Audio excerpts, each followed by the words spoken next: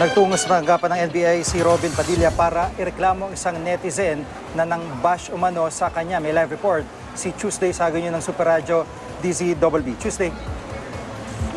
Gigi, nagsampa ng reklamong online defamation at online libel sa National Bureau of Investigation ang aktor na si Robin Padilla laban sa ilang netizen na tumutuligsa sa ipinost niyang larawan sa kanyang Instagram account. Gusto ng basher na nagpakilala bilang Chrissy Kalerki na ipakulong si Padilla dahil sa ginawa umanong paglabag sa batas. Sa kanyang Instagram post ay hawak ni Robin ang isang balota. Gayunman, iginiit na abogado ng aktor na si Attorney Rudolph Philip Horado na walang nilabag na anumang election law si Padilla.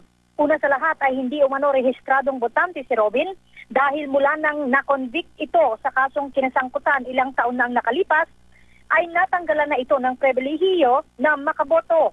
Ikalawa, sample ballot lamang daw ang hawak ni Robin nang nagpa-picture at ikatlo ay hindi naman sa polling precinct kuha ang larawan. Masyado na umanong nasakta ng aktor sa pambabash ng mga netizen dahil nauwi na ito sa masasakit na salita. Lalo pa ang usapin ng pagpapakulong sa kanya sapagkat ayaw na sana umano nitong balikan pa ang mapait na epektong idinulot sa kanyang pamilya nang nakulong ito noon. Maliban dito, apektado na rin umano ang product endorsements ni Padilla dahil sa pambubuska ng ilang netizens. Sa katunayan, sinabi ni Attorney Horado na mayroon ng ilang kumpanya ng ini-endorsong produkto ang tumatawag sa aktor at nagpapaabot ng pagkabahala. Nangangamba ang kampo ni Padilla na baka mauwi sa tuluyang pag-atras ng kanyang product endorsements ang insidenteng ito.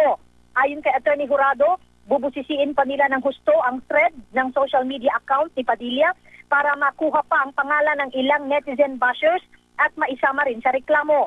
Samantala, inatasan na ni Attorney Ronald Aguto Jr., hepe ng ng NBI, Anti-Cybercrime Division, ng isang team ng kanyang mga tauhan na imbestigahan ang reklamong ito ni Padilla. Sa ngayon ay hinihingian niya nila sa aktor ang isusumite nitong sworn affidavit.